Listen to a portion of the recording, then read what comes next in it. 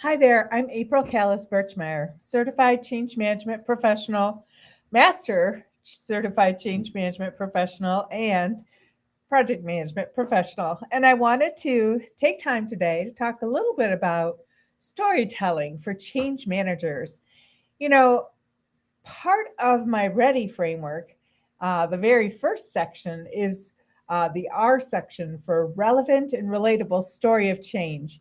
And I think that having a way to tell a story about change is so effective and helpful. Um, and I know that as humans, we don't always love change, but we always are interested in story. Whenever somebody starts to tell a story, in fact, I feel like my ears perk up. I'm interested. I'm wondering where they're headed with this story.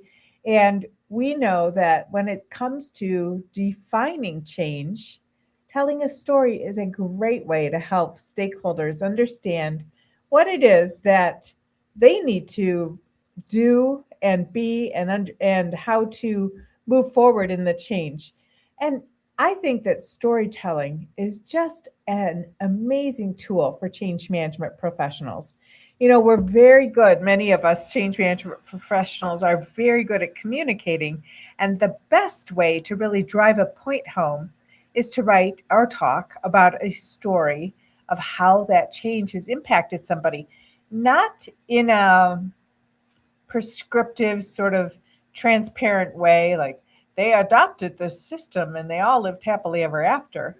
But using analogy, using examples, or using ideas of how we have done things and how that impacted others. Because this more indirect form of communication can really make a big difference for people.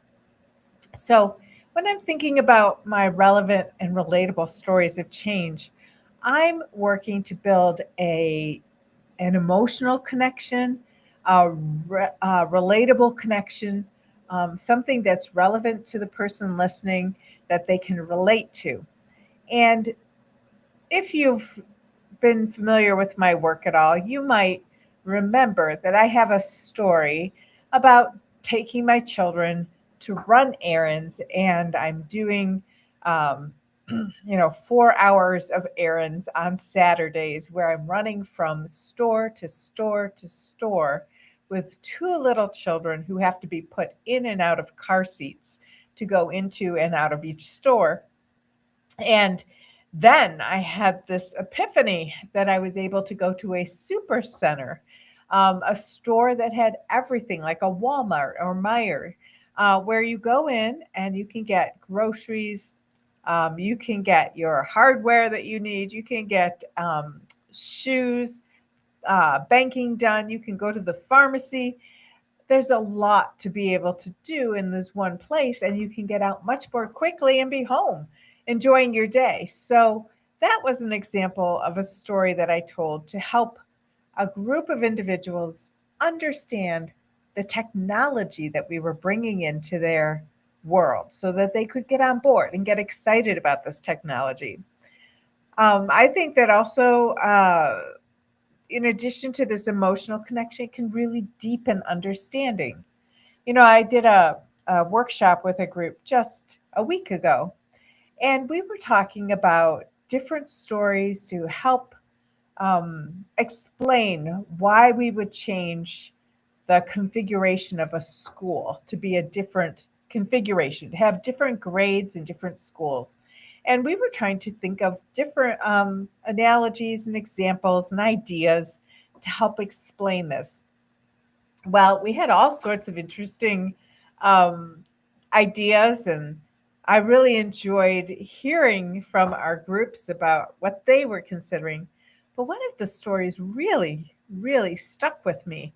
And see, when a story sticks with me, I think to myself, now there's a story that can really explain and build that emotional connection and build that understanding. This story was about um, a woman who, as a child, was helping her grandmother garden.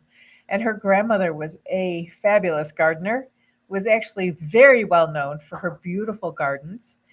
And The woman in my workshop said she was about 8 years old, and she was helping her grandmother garden. Her grandmother was deadheading the roses in the garden. She had different sections of different types of roses, and they were very, very beautiful. And she had different buckets, I guess, that she was putting the heads of the roses in because she was saving the seeds. And my participant said that her grandmother was working with her. She was cutting off the heads of the flowers, and her grandmother was putting them away. And then the phone rang, and her grandmother said, "I'll be right back. Don't do anything." But this little girl wanted to help her grandmother, so she continued to cut the heads off of the roses. Now, she was smart. She didn't cut off any blossoms. She was deadheading the roses, but she didn't realize the importance of keeping the roses separated into different buckets because her grandmother had separate roses in every section of the garden. And when her grandmother came back from her phone call, she realized that her granddaughter had put everything in one bucket that she had been working on. And from that point on, the garden was very different. It was very mixed because all the seeds had been mixed together. And so they were no longer separate, different colors and different types of roses. So I just thought, wow, what an interesting image of this gardening and mixing the seeds together versus keeping them separate. And when you have them stored separately, you can really control what is growing where.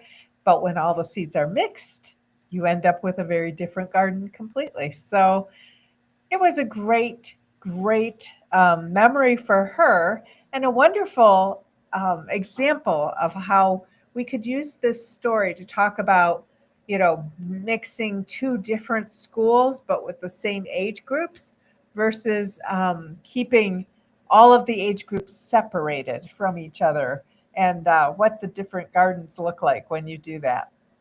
And so when we're thinking about how to begin with crafting a story, I think of it a little bit like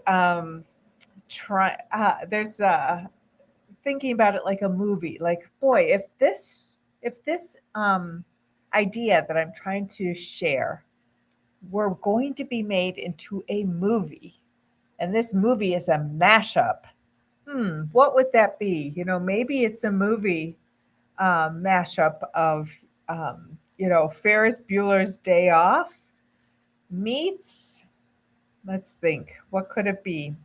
Oh, maybe meets Ford versus Ferrari, right? So Ford versus Ferrari is a movie about racing and cars and how Ford beat um, the Ferraris in racing in the with the Ford Shelby. And Ferris Bueller's Day Off, of course, I believe there's a Ferrari in that film that Cameron's not supposed to touch, and he's getting more and more upset, and he's trying to run the car backward because they had taken the car downtown Chicago and gone on all these adventures, and so they're trying to get the mileage off the car and end up um, losing the car completely. So it makes me think, if I were to have a mashup of that, what would be the point? What would be the theme or the example that I'm sharing with two movies? I also like to think about fairy tales and very familiar stories. I think about um, my example of my two daughters being running around to all these different stores. That wasn't even a story I thought of as much as it was sort of an example of something I was dealing with all the time, and that's what made it very relatable.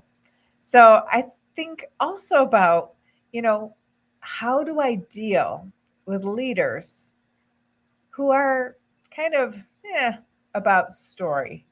Many leaders think that stories are very touchy feely, too emotionally connected, and they really just want to have bullet points and specifically state exactly what's changing technically. Well, I recognize the desire. The challenge is that people respond to story more than bullet points and more than technical information. So, in that case, just using a metaphor, an analogy, or a brief example of how something could um, make a difference. But the key is to make sure it's not about the industry or the environment that you're in. It has to be something else. It has to be something outside of yourself. I think that many organizations are good at sharing stories that are related to sports. You know, many people love sports. I love sports. I love football. Um, I love basketball, and I'm a fan of hockey, but primarily football for me. And if you can explain something to me in a way that makes sense to me, and you're using football as an example, I can get it, right? You can tell me we're in the red zone, we're really close, and then we fumbled the ball. That makes a lot of sense to me. You know, I know we were about to score and we blew it. We screwed something up. We fumbled the ball because we all have this common language around sports generally. There's also common language around many of life's events, right? Having a child, going on vacation, ensuring that that we, have our dinner on the table, that we've fed our family, that we are providing for each other. There's a lot of different commonalities that we have, and we can use relatable stories from those commonalities. But we should also be aware that not everybody has um, relatable stories because sometimes they are talking about things that are not relatable, that are not common. You know, if I were to tell you that I flew my Learjet, um, to Orlando last night and I, ate dinner at Disney World and then I got back on and got back home within 2 hours, and I think everybody should be able to do that. That's not a very relatable story. Most people don't have a Learjet. I don't have a Learjet. And most people don't just fly off to eat dinner somewhere and then fly back home. So we want stories that are relatable because they're about things that real people actually can relate to and do. But if my leader is not on board with a story, I might ask that leader, how would you describe the destination that your organization is trying to move toward? You know, that is something that most of us can relate to, traveling to a destination, right? We can't use our GPS, we can't use our Google Maps if we don't know the destination. If we just get in our car and we start driving, we don't have any sense of where we should be going. We can't get there. So having that destination in mind is very relatable, very understandable. And then if I can talk about that destination is the vision of the future state of where I want the organization to really go to, now I can shape that destination. I can make that destination as, um, you know, something like a touchdown in a football game. I can make that destination like a being on Broadway. That destination could be something like we are the number one um, in the Fortune 500 list, right? That's a very specific destination. And so I find that if my leaders are uncomfortable with using stories, sometimes I'll try to go to a story that's either sport related or destination related. And then we can think about all the different ways that we can make it to our destination. There's a lot of different modes of transportation to get there. I also think about, um, if I'm trying to get people to remember the story, it must be relatable and it must have a little emotional hook to it. One of the reasons the story was so successful, the story of my daughters was so successful, really was because there was an emotional hook, both to my frustration of being in the car with the children, running around and wasting so much of our day doing silly things, and then also the relief and the happiness that I felt when I was able to really cut down that errand work, and I was able to then move into um, quickly getting errands done and going and enjoying our day. So I think that it was important to recognize, or it's very important for people to recognize that the relatable part of the story many times is the emotional connection that has to be there. When we have that emotional connection, makes a tremendous difference. So that is part of what's relatable. And then if you're thinking about, I need help crafting stories, there's a number of different books. I just received the Moth book, How to Tell a Story, from the radio program The Moth. And there's a number of different ways that we can think about learning to tell stories. But I do want to invite you to join me in learning how to tell stories of change. These are stories about change, and they have to be relatable, they have to be relevant. And one of the key pieces is really learning how to do it with a framework. So I provide the Ready framework, and we work on this narrative, and you have both the problem and solution going on, and the change definition in the story, as well as then the emotional connection, the story itself, and really helping people to relate to it in a way that they can understand how this is being impacted by the change. So I want you to please join me on February 23rd.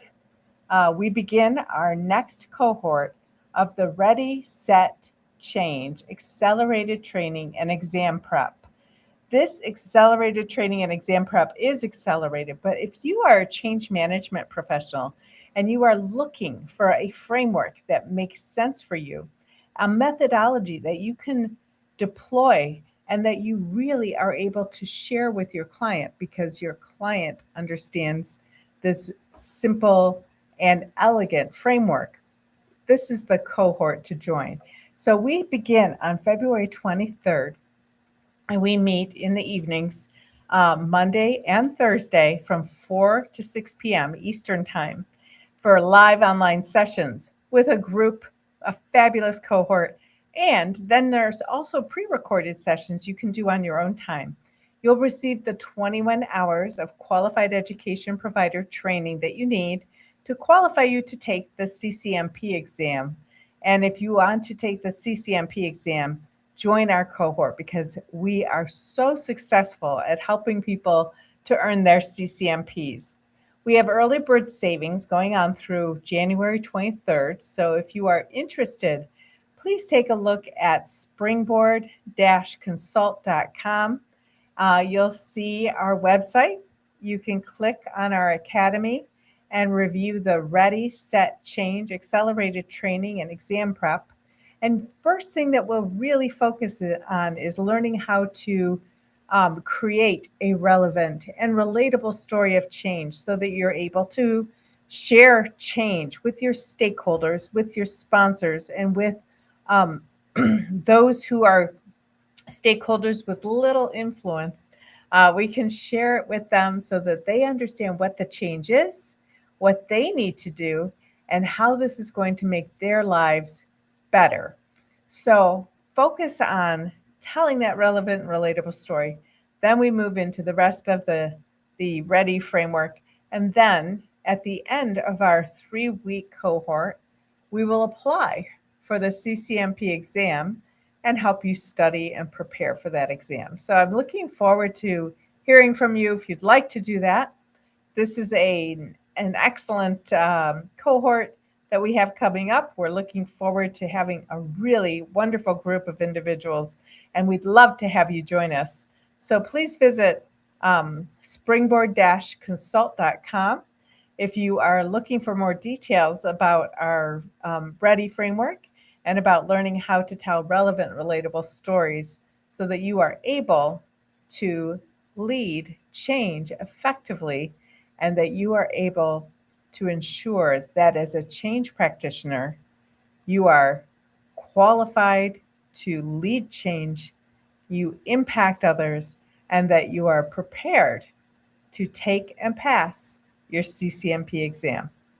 So that's what I have for you today on our session, and I really enjoy talking with you. Thank you so much for joining, and I look forward to helping you get ready for your CCNP. Take care.